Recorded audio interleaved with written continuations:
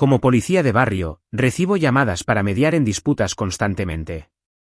Pero quien llamó al 911 esta noche fue la legendaria reina de hielo del departamento, la capitana que una vez abatió a uno de los 10 fugitivos más buscados con sus propias manos. Dijo que su vecino del piso de arriba estaba armando un escándalo. En cuanto llegué a su piso, me puso unas esposas en la muñeca y me encerró en la puerta. Soy yo la que hace el ruido, dijo, con una expresión de indiferencia en su rostro. Tienes dos opciones. Primero, te denuncio por obstrucción a la justicia y agresión a un oficial ahora mismo. Segundo, te conviertes en mi novio y me ayudas a lidiar con mi madre. Si no, me pongo a gritar. Mi cerebro se puso en pantalla azul. Esta mujer estaba dispuesta a incriminarse a sí misma y a mí solo para conseguir unas cuantas citas a ciegas. Una semana después, forzó la cerradura de mi apartamento, que apestaba a bourbon. En su mano izquierda tenía mi placa. En la derecha, un juego de llaves nuevo. Compré el piso de al lado, anunció. Matrimonio o una reprimenda que acabe con mi carrera. 3. Me puse firme y la saludé con firmeza. Me presento, capitán. Me apuntó. Nuestras fotos del DMV quedarían geniales editadas con Photoshop. Tendríamos ese brillo de pareja perfecto. Despacho a 1823. Reporte de perturbación por ruido en los lofts del terraplén, departamento 1702. Proceda al lugar. Me subí a la motoneta del departamento. El viento nocturno me azotaba la cara mientras me dirigía. Cuando toqué a la puerta del 1702, la mujer que me abrió me dejó sin aliento. Victoria Vance. Capitana de la División de Homicidios del Departamento de Policía de Cleveland. Una leyenda en el departamento. Llevaba un sencillo chándal negro y el pelo recogido en un moño despeinado. Sin maquillaje, pero esa cara fría, famosa por su indiferencia, era suficiente para hacerte olvidar cómo hablar. ¿Capitán Vance? Tú lo denunciaste. Estaba completamente perdido. ¿Arriba?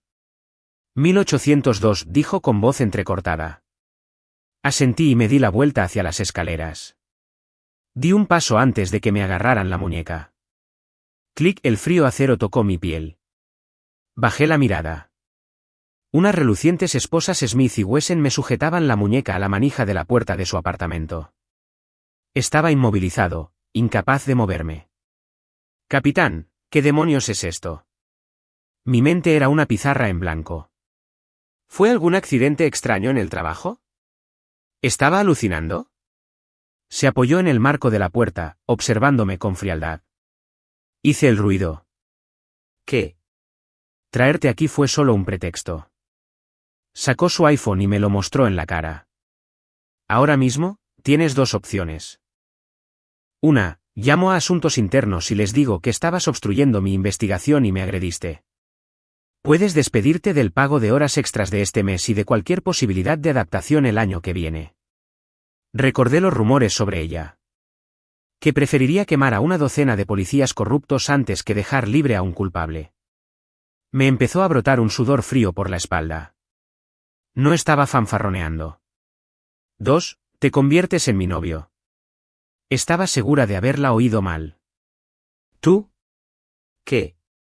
Falso, aclaró. Para ayudarme con el emparejamiento de mi madre. Antes de que pudiera procesar esa bomba, me dio el golpe final. Claro que no puedes negarte. Si lo haces, empezaré a gritar agresión. Digamos que entras a la fuerza en mi casa. Un capitán condecorado contra un policía de barrio. ¿A quién crees que le creerán? Me quedé completamente anonadado. Esta mujer estaba dispuesta a arruinar su reputación solo para evitar algunas trampas. Mi palabra contra la suya era como una mosca contra un tren de carga. Capitán, hablemos de esto, ¿de acuerdo? No hay necesidad. Intenté razonar con ella. Solo lo digo una vez. Me interrumpió, con el pulgar sobre el botón de llamada. El aire era tan denso que me asfixiaba. La miré a la cara, desprovista de calor, y me sentí como un pez en una tabla de cortar. 5 segundos después, apreté los dientes y pronuncié las palabras. Tomaré la segunda opción. Bajó el teléfono y me quitó las esposas. Una marca roja y furiosa me rodeaba la muñeca. Lo miró, pero no dijo nada. Una vez dentro, la seguí a la sala, sintiéndome como si acabara de firmar mi vida. Sacó un documento de debajo de la mesa de centro y me lo lanzó. Acuerdo de relación. Lo leí en voz alta. Los términos eran terriblemente detallados. Todo, desde nuestra historia pública hasta itinerarios de citas planificados. Incluso mencionó que me gustaba el cilantro y que era alérgica a los mariscos. Sentí un escalofrío. Capitán, ¿cómo sabe lo que me gusta comer? Verificación de antecedentes. Su tono era monótono, imposible de interpretar. ¿Pero por qué el capitán de homicidios necesitaría hacerle un análisis completo a un novio falso? No me atreví a preguntar. Tomé el bolígrafo y firmé con mi nombre al pie. Leo Hayes. Ella tomó el acuerdo y lo revisó. Y juro que, por una fracción de segundo, vi que la comisura de su boca se contraía. No era una sonrisa, pero tampoco era su habitual mirada gélida. Durante una semana después de firmar el contrato, Victoria Vance desapareció. Empecé a preguntarme si todo había sido una alucinación inducida por el estrés de trabajar tantos turnos dobles. Entonces, el viernes por la noche, arrastré mi cuerpo exhausto a casa después de mi turno. Metí la llave en una cerradura y giré. No se movió. La puerta ya estaba abierta. El corazón me latía con fuerza en las costillas mientras mi mano se dirigía instintivamente al listón de mi cinturón. ¿Quién está ahí? Abrí la puerta. Las luces de la sala estaban encendidas. Había una figura sentada en mi sofá. Era Victoria. Había cambiado su uniforme por un camisón de seda negra. Llevaba el pelo largo suelto y las piernas cruzadas, la tela apenas las ocultaba. El aire estaba impregnado del olor a bourbon y del aroma intenso y limpio de su perfume. La vista era tan impactante que casi pedí refuerzos. ¿Capitán? ¿Capitán? ¿Qué haces en mi apartamento? No respondió. En cambio, levantó la mano izquierda. Sostenía mi placa. Luego, levantó la derecha, balanceando un juego de llaves que tintineaban siniestramente. Compré el piso de al lado. Se levantó y caminó hacia mí, el taconeo de sus tacones sobre el suelo de madera resonaba con mi propio latido frenético. Se detuvo justo delante de mí, mirándome con una autoridad que nada tenía que ver con su rango. Matrimonio o una reprimenda que te lleve al despido y a la lista negra de todos los distritos del estado. Tenía la cara enrojecida por el alcohol, pero su mirada era peligrosamente aguda. No era una petición. Era una orden. Mi mente se llenó de imágenes de mi carrera yendo a pique. Despido, deshonra pública, mi sueño de ser policía convertido en cenizas. 3. Empezó la cuenta regresiva. Mis tacones chocaron. Me puse firme de golpe, lanzándole el saludo más perfecto de mi vida. Presentándome para el servicio, capitán. Estoy dentro. Mi voz resonó. Llena de una energía desesperada y frenética. Nuestras fotos del DMV quedarían geniales juntas con Photoshop. Tendríamos ese brillo de pareja perfecto. Victoria se quedó paralizada. Su cuenta regresiva se había interrumpido. La ola de intimidación que había estado construyendo ahora se estrellaba contra un muro de puro absurdo. Pasaron unos segundos. Entonces sonrió. Fue algo diminuto y fugaz, pero fue como ver un glaciar agrietarse por primera vez en 1000 años. El bourbon la había hecho tambalear. Se tambaleó ligeramente y apoyó la mano en mi hombro para estabilizarse. Su tacto era cálido, quemando la fina tela de mi camisa. Me quedé completamente rígido. Mañana. 9 de la mañana, ayuntamiento. Retiró la mano y su voz recuperó su tono frío y distante. Trae tu carnet de conducir. Dicho esto, tomó sus llaves nuevas, se dio la vuelta y entró en el apartamento de al lado. La puerta se cerró con un clic tras ella. Me quedé allí, con el aroma de su aroma flotando en el aire, con la mente hecha un desastre. De novio falso a marido en una semana. Esto iba más rápido que una persecución a toda velocidad. A la mañana siguiente, a las 8, me paré frente al espejo, con mi certificado de nacimiento en la mano, sintiéndome como un idiota camino a la horca. Pero fui. Victoria ya me esperaba afuera del juzgado. Vestía una sencilla blusa blanca y vaqueros. Sin maquillaje. Se veía mejor que nadie que hubiera visto. Me vio y asintió brevemente. ¿Tienes tu identificación? Sí. Todo el proceso fue un lío. Rellenar formularios, firmar, tomar huellas dactilares. Cuando llegó el momento de la foto, el empleado suspiró. ¿Podrían acercarse un poco más? Y, novio, intenta sonreír. Conseguí hacer una mueca de dolor que probablemente era más aterradora que fruncir el ceño.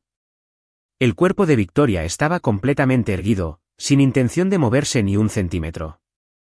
Respirando hondo, me acerqué arrastrando los pies hasta que mi hombro rozó el suyo. Se estremeció, un temblor apenas perceptible. La miré y vi que las puntas de sus orejas se habían puesto rojas. Clic, la cámara capturó el momento. Tener el certificado de matrimonio en la mano todavía parecía un sueño. Al salir del ayuntamiento, Victoria me dio un juego de llaves. No de su nuevo apartamento. De las suyas. Ahora vives conmigo. ¿Qué? Balbuceé. ¿Por qué? Creía que sí. Las parejas casadas no viven separadas. ¿Qué quieres que piense mi madre?, replicó con una mirada fría. Me callé. Y así me mudé.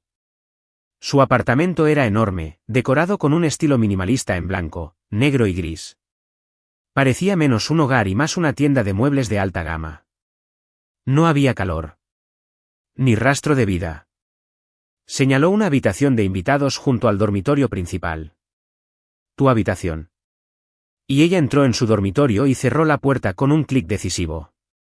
Me quedé mirando la puerta cerrada, sintiendo que era una representación física del muro que nos separaba. Esa noche no pude dormir. Entré en la sala. La puerta de su estudio estaba entreabierta. Entré en piloto automático. Una pared entera estaba llena de estanterías con textos sobre investigación criminal y psicología forense. En la esquina de su escritorio, vi una pequeña caja de madera cerrada con llave. Era viejo, con los bordes desgastados por el uso, pero también tenía arañazos recientes. Como si alguien lo hubiera sostenido a menudo. ¿Qué clase de secretos guardaría un capitán de homicidios? Expedientes. Algo más. Mi curiosidad se despertó oficialmente. El sábado por la mañana, el sonido de la puerta del dormitorio principal al abrirse me despertó de golpe. Victoria llevaba ropa deportiva y una fina capa de sudor le cubría la frente. Era evidente que había salido a correr. 10 minutos. Vístete, ordenó. ¿A dónde vamos? A ver a mis padres. Se me encogió el estómago. Enseguida, sacó unas cuantas bolsas de la compra al sofá y vació su contenido. Ponte esto. Era una colección de ropa informal de negocios que jamás me compraría. Las etiquetas de los precios seguían puestas. Vestida como una muñeca, la seguí hasta el coche. El viaje fue tenso. A mitad de camino, me dio una tableta. Lee esto. La tomé. En la pantalla había un documento titulado Estrategia de compromiso de Leo Hayes V2. 0. Contenía perfiles detallados de sus padres. Sus historias personales, aficiones, personalidades, temas de conversación habituales y una lista de temas clave que evitar a toda costa. Lo más increíble fue el personaje, meticulosamente elaborado para mí. Un humilde policía de barrio de origen obrero, pero motivado, honesto y excepcionalmente competente. Estaba profundamente enamorado de Victoria y no me casaría con nadie más. Se me puso la piel de gallina al leerlo. Esto no era un acuerdo. Era un guión. La familia Vance vivía en una urbanización cerrada con estrictas medidas de seguridad. En la sala, su madre, Eleanor, estaba sentada con una postura perfecta, luciendo un vestido a medida. Su expresión al observarme era una mezcla de juicio y desdén. Su padre, Richard, lucía un polo más relajado, pero aún conservaba el aire autoritario de un subjefe jubilado. Debes ser Leo. Victoria nos dice que eres patrullero, empezó Eleanor. Su tono rebosaba falsa dulzura. Sí, señora. Adquiriendo experiencia en la calle. Es un trabajo muy difícil, ¿verdad? Y supongo que el sueldo no es muy alto. Tomó un delicado sorbo de té. Sentí como mi autoestima se incrustaba en la costosa alfombra persa. Es estable. Buenos beneficios. Fue todo lo que pude conseguir. Nuestra Victoria siempre ha sido una persona que se esfuerza al máximo. Esperamos que su pareja sea, como mínimo, igual a ella en ambición y logros.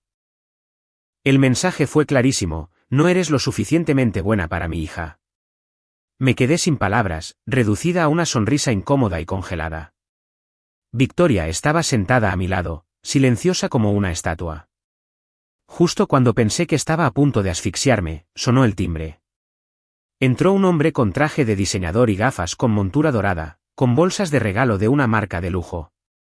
Eleanor, Richard, acabo de volver de Zúrich. Les traje algo. Preston Thorne. Estaba en el expediente. Un joven millonario del sector tecnológico, de una familia adinerada. El yerno predilecto de Eleanor. Me vio, se detuvo un instante y sonrió, empezando a comprender. ¿Y quién es? Leo Hayes. Mi novio, dijo Victoria finalmente, con la voz tan rígida como si le leyera los derechos a un sospechoso. Preston se subió las gafas y extendió la mano. Preston Thorne. Un placer. Eleanor mencionó que eras policía. ¡Qué profesión tan noble! Servir a la comunidad. Sus palabras fueron corteses. Pero sus ojos estaban llenos de compasión desdeñosa. En la cena, fue el centro de atención, pontificando sobre todo, desde finanzas internacionales hasta inteligencia artificial. Haciendo que mi trabajo pareciera un juego de niños. Richard, eras una leyenda en el departamento. Y ahora Victoria sigue tus pasos. Oficial Hayes. Patrulla de trabajo. Probablemente ni te imaginas la presión a la que están sometidos los detectives de homicidios, ¿verdad? Con una frase casual. Me exilió de su mundo. La expresión de Richard se agrió. Eleanor, sin embargo, parecía complacida. Victoria tenía el puño cerrado bajo la mesa. Justo cuando Preston se lanzaba a otro monólogo, hablé. Jefe Vance, ¿está viendo la nueva temporada de Blue Bloods? Richard parpadeó. ¿Cómo lo supo? Tiene una leve mancha de nicotina en la parte interior de sus dedos índice y medio. Pero la casa no huele a humo, así que no se fuma dentro. Vi el icono de Netflix en la pantalla de inicio de tu teléfono antes, así que supuse que probablemente te estás poniendo al día con tu periódico en el patio. La serie es un éxito rotundo entre los hombres de tu edad, sobre todo entre los que tienen experiencia en las fuerzas del orden. Hice una pausa y continué. Pero se equivocaron en un detalle del último episodio. La grabadora de audio que usaron en la escena del interrogatorio fue desmantelada por la mayoría de los departamentos hace 3 años debido a una vulnerabilidad de filtración de datos. Le expuse algunos casos reales que había llevado. Los ojos de Richard se iluminaron. Claramente no esperaba que un simple policía de barrio fuera tan observador. El rostro de Preston se quedó petrificado. Durante el resto de la comida, Richard me acribilló a preguntas y hablamos de todo, desde equipo táctico hasta policía comunitaria, dejando a Preston completamente al margen. De camino a casa, silencio. Justo cuando entrábamos al garaje, Victoria dijo, gracias. Por hoy, su voz sonó tan apagada como siempre. Pero escuché algo nuevo en el fondo. Preston Thorne no era de los que se rinden fácilmente. Empezó a mover hilos, a investigar mis antecedentes. No tardé mucho en encontrarme. Estaba respondiendo a una llamada de rutina, una disputa entre vecinos. Se resolvió y estaba a punto de irme. De repente, uno de los hombres involucrados se abalanzó sobre mí, me agarró el uniforme y gritó, brutalidad policial. Me golpeó. Retrocedí de inmediato, creando distancia. No seas ridículo. Yo nunca te toqué. Tú sí. Me agrediste. Me duele. Voy a presentar una denuncia. Se tiró al suelo y empezó a retorcerse. Para colmo, miré hacia abajo y vi una mancha de barro que tapaba por completo la lente de mi cámara corporal. Y casualmente, la cámara de seguridad de la tienda de la esquina de enfrente había estado fallando durante ese mismo periodo. Era demasiado perfecta. Me suspendieron. Mi sargento me dio una palmada en el hombro con el rostro sombrío. Leo, sé que esto es una tontería, pero tiene un testigo y nuestras pruebas están dañadas. Tengo las manos atadas. Me senté en una sala de brigada vacía, con el uniforme que había llevado con orgullo durante 4 años, sintiéndome pesado y extraño. ¿Por qué había vuelto a casa? Victoria estaba allí. La ira que había estado reprimiendo todo el día estalló. ¿Estás feliz ahora? Tiré la notificación de suspensión sobre la mesa. Esto es lo que querías. Me usaste como escudo, y ahora mi vida está arruinada. ¿Valió la pena? Solo para quitarte a tu madre de encima. Me observó con el rostro impasible, tras un largo y pesado silencio. Tomó las llaves del coche y salió sin decir palabra. Me desplomé en el sofá, mirando la habitación vacía, con una oleada de desesperación que me invadió. Probablemente iba camino a casa de su madre, lista para confesarlo todo y dejarme libre, el peón ahora inútil. Bien. Toda esta farsa demente tenía que terminar de todas formas. No pegué ojo. A la mañana siguiente, temprano, mi sargento me llamó con voz eléctrica. Hayes, estás libre. Vete ya a la comisaría. Cuando llegué, me enteré de todo.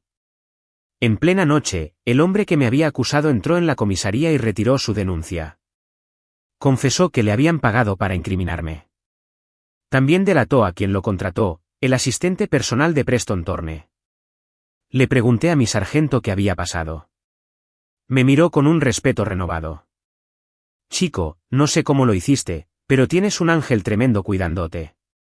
La capitana Vance cumplió su promesa. Pasó toda la noche recopilando cada fragmento de las grabaciones de vigilancia civil en un radio de 3 manzanas del incidente y pagó de su propio bolsillo a un técnico para que las analizara fotograma a fotograma. Encontraron una imagen nítida de todo el incidente reflejada en el retrovisor de un coche. Llevó esa evidencia a casa del tipo. Él se rindió al instante, cantando como un canario. Incluso le pidió un favor a su padre, uno que llevaba años guardando. Todo por ti. Me quedé despierto toda la noche para limpiar tu nombre. Me quedé allí, con un zumbido en los oídos. Ella no había ido a abandonarme. Había ido a luchar por mí. De la manera más directa, agresiva y eficiente que conocía. Algo dentro de mi pecho se quebró. Era una sensación dolorosa, pero también cálida. Tal vez no solo me estaba usando. Después de eso, las cosas entre nosotros empezaron a cambiar. Me encargué de cocinar y limpiar. Fue entonces cuando descubrí que el condecorado y brillante capitán de homicidios era un completo desastre en habilidades básicas para la vida. Su refrigerador no contenía más que agua embotellada, café frío y algunos platos de cocina pobre y de aspecto triste. La primera vez que le preparé una cena de verdad, pollo asado, puré de papas, judías verdes, y todo lo necesario, se quedó sentada a la mesa, mirando los platos humeantes con una expresión extraña. Parecía una niña a la que nunca le habían dado un caramelo. Una mezcla de curiosidad y confusión. Comió despacio, pero limpió cada plato. Desde ese día, fui el chef designado y ella, mi única clienta. Un fin de semana, me resfrié mucho mientras limpiaba. A medianoche, tenía fiebre. En un estado de delirio, sentí un paño frío en la frente. Abrí los ojos con fuerza y vi a Victoria sentada en el borde de mi cama. Estaba en pijama, con el pelo revuelto y una ansiedad que nunca antes le había visto en los ojos. Sus movimientos al intentar darme un baño de esponja eran torpes, casi cómicamente ineptos. Le agarré la mano para decirle que estaba bien. Estaba fría y temblaba. Fue entonces cuando noté las ojeras. Había estado despierta toda la noche otra vez, esta vez cuidándome. La reina de hielo. ¿Sabe cómo cuidar a alguien, eh? Pregunté con la voz ronca por la fiebre. Su rostro se sonrojó de un rojo intenso e inmediato. Cállate, murmuró. Si mi agente se enfermaba, el plan se vería truncado. Era el mismo tono frío, pero por alguna razón, ya no me dolía. Después de recuperarme, empecé a intentar entrar en su mundo. Cuando revisaba expedientes antiguos, yo acercaba una silla y leía por encima de su hombro. Ella nunca me detuvo. A veces, cuando parecía confundido, me explicaba con calma los detalles técnicos. Hablábamos de algo más que nuestro acuerdo. No era mucho, pero era un comienzo. El apartamento frío y vacío empezaba a sentirse como un hogar, y la impenetrable fortaleza de hielo que rodeaba su corazón parecía derretirse, gota a gota. La paz no duró. Preston Thorne, al parecer, era un glotón de castigo. Un viejo amigo me arrastró a una reunión de exalumnos. A medianoche, una compañera de clase con la que había sido amiga empezó a charlar conmigo. Estaba claramente borracha. Mientras hablaba, se tambaleó de repente y cayó directamente en mis brazos, que instintivamente extendí para sujetarla. En ese preciso instante, una sombra cayó sobre nosotros. Miré hacia arriba. Era Victoria. Estaba de pie a menos de 3 metros, oculta en la penumbra. Sus ojos eran glaciales. No me miró.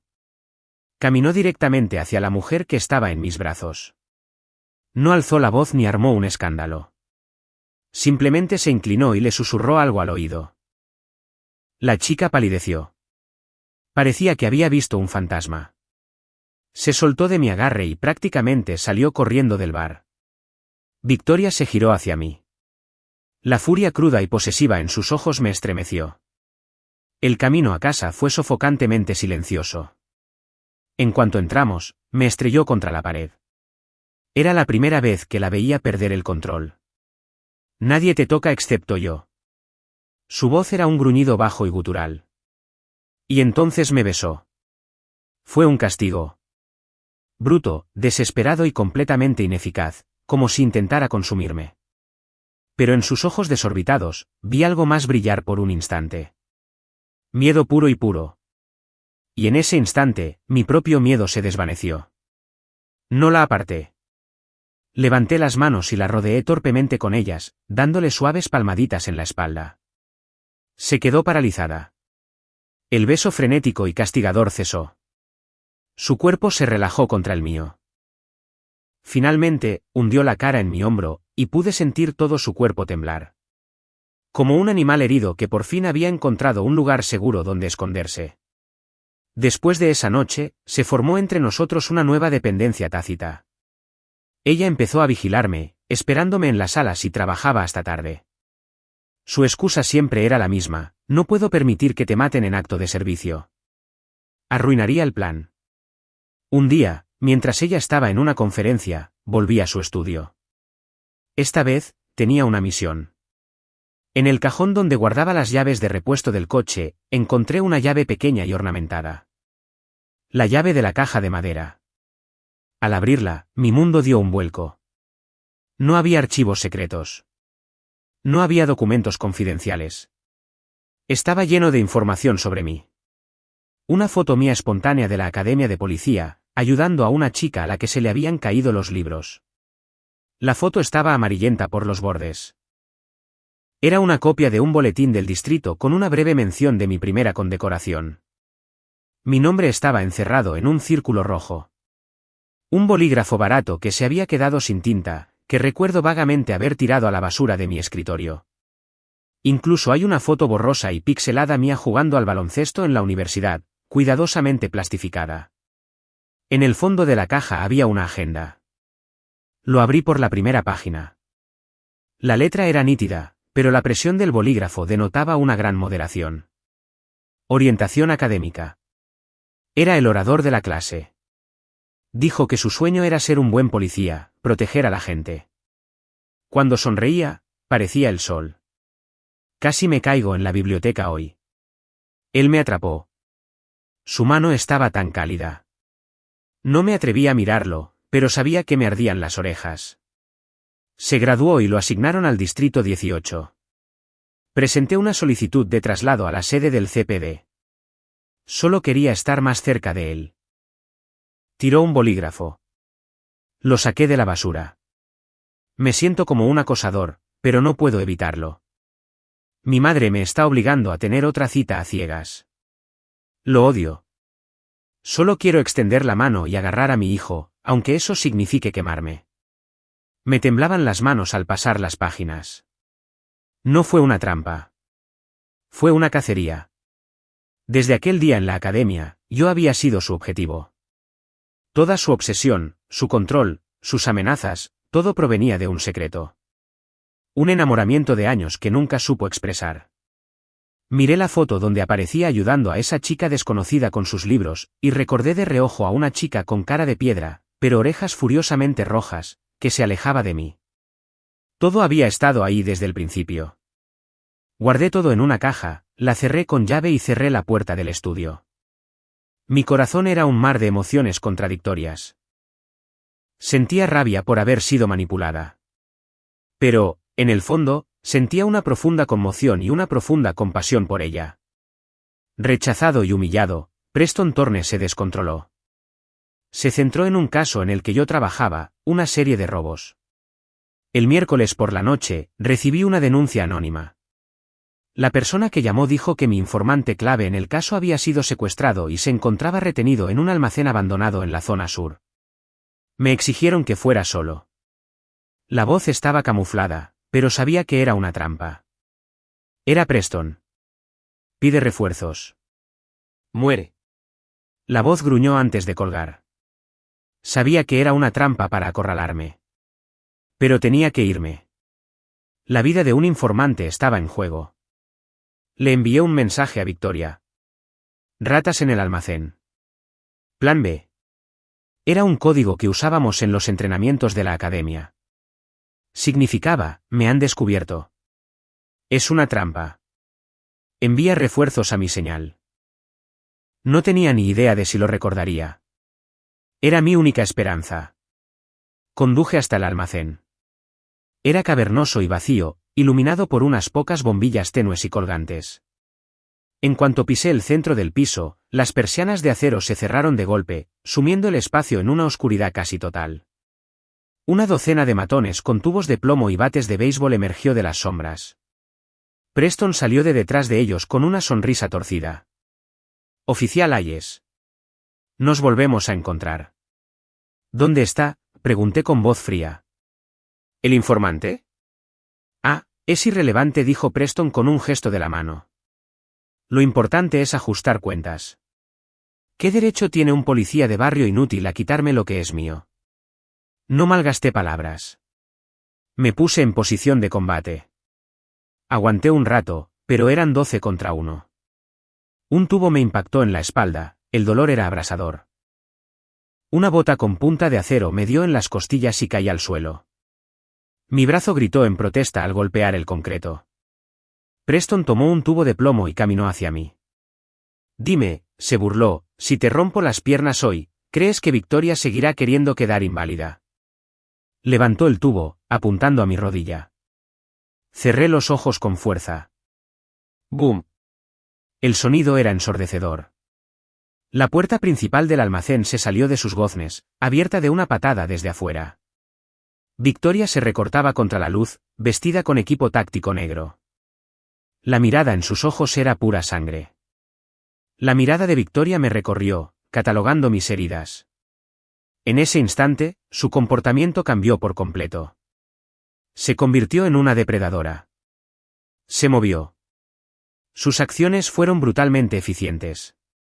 Cada golpe apuntaba a una articulación, a un grupo de nervios, a un punto débil. No hubo estilo, ni gestos desperdiciados. Solo pura fuerza letal.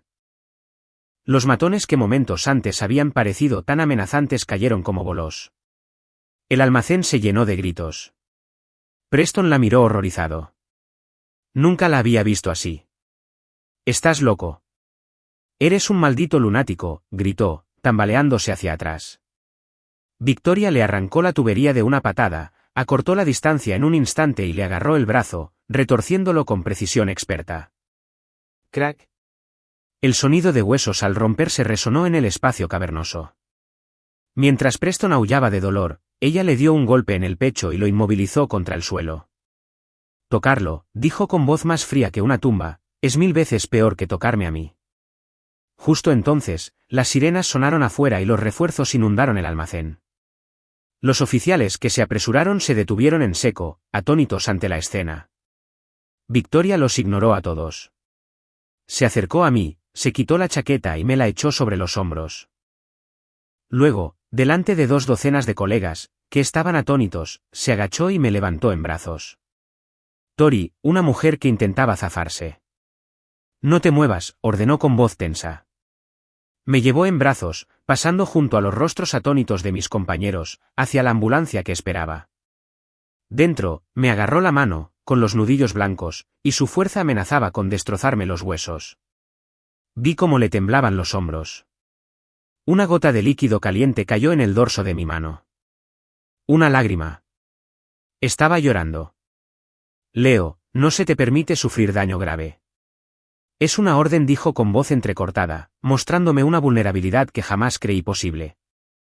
Mis heridas no eran tan graves, solo cortes y moretones que parecían peores de lo que eran. Acostado en una cama de hospital, observaba a Victoria. Estaba intentando pelar una manzana para mí. Sus movimientos eran tan torpes que la estaba destrozando. Decidí que era el momento. Del bolsillo de mis vaqueros, saqué la foto arrugada y amarillenta de la academia. La que había sacado de su caja. Ya sabes, para una detective de élite. Lo dije en voz baja. Nunca se te dio bien mantenerte encubierto. El cuchillo en su mano se congeló. Levantó la vista, pálida, con los ojos abiertos por el pánico de una niña cuyo secreto más preciado acaba de ser descubierto. Su primer instinto fue salir corriendo. Empezó a levantarse. Le agarré la mano. No te vayas. La miré directamente a los ojos. Porque la verdad es que estoy enamorada de ti desde hace tanto tiempo como tú. Desde que regresaste a la academia como detective condecorado para dar un discurso a nuestra generación de graduados. Me miró fijamente, con los ojos llenos de lágrimas. La acerqué para que se sentara en el borde de la cama. Así que cuando me esposaste a tu puerta, una parte de mí, aterrorizada, pensaba, ¿qué hice para tener tanta suerte? La chica de mis sueños por fin me habla. Aunque amenace mi carrera. Victoria, dije con voz suave. No tienes que esforzarte tanto para alcanzar el sol. Solo tenías que darte la vuelta. Estuve justo detrás de ti todo el tiempo. Fue entonces cuando se rompió la presa. Se desplomó en mis brazos y sollozó. Lloró como una niña, dejando salir todos los años de soledad, depresión, de amor reprimido que había cargado sola. La abracé fuerte, acariciando su cabello. Estoy aquí, susurré. No tengan miedo. Preston Thorne estuvo ausente por mucho tiempo. Agresión, secuestro, denuncia falsa. Le echaron la culpa. El escándalo casi hunde la empresa familiar. La madre de Victoria, Eleanor, se presentó en el hospital con cestas de regalo repletas de fruta cara y bocadillos gourmet. Me tomó de la mano, me llamó buen chico y me mimó como si temiera que me escapara. Después de que me dieran de alta, Victoria se volvió muy dependiente. Seguía siendo una mujer de pocas palabras, pero sus acciones lo decían todo. Intentó aprender a cocinar para mí siguiendo un tutorial de YouTube y casi incendia la cocina. Me acerqué por detrás y la rodeé con los brazos, cubriendo su cintura cubierta de hollín. De ahora en adelante, le susurré al oído, la cocina es mi jurisdicción. Tú también eres mi jurisdicción. Sus orejas se pusieron rojas. Me estaba encariñando mucho. No tuvimos una gran boda, solo una pequeña ceremonia en una capilla con nuestros amigos y colegas más cercanos. Llevaba un sencillo vestido blanco y su rostro conservaba su habitual expresión estoica. Pero cuando el sacerdote le pidió que dijera sus votos, sí, quiero, fue un susurro ahogado. Le levanté el velo y me acerqué. No hacía falta amenazar esta vez. Capitán, su solicitud de matrimonio ha sido oficialmente aprobada. Y allí, en mis brazos, por fin me dedicó una sonrisa que era pura luz solar. Después de la boda, seguía siendo la misma capitana de homicidios, una mujer ruda. Pero todos en el departamento sabían que su exterior gélido estaba reservado para todos menos para una persona. Una noche, acostado en la cama, le pregunté algo que me rondaba la cabeza. En tu diario, escribiste que querías abrazar a tu hijo, aunque eso significara quemarte. ¿Qué querías decir? Se acurrucó más cerca, su voz ahogada contra mi pecho. Mi familia. Hacía frío.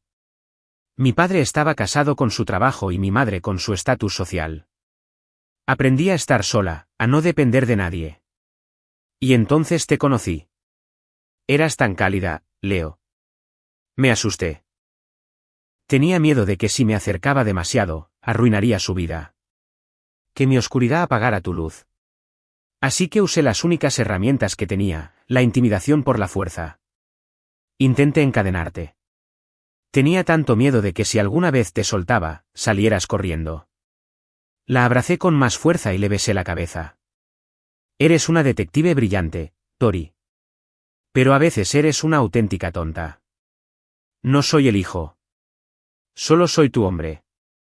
Y no me voy a ninguna parte.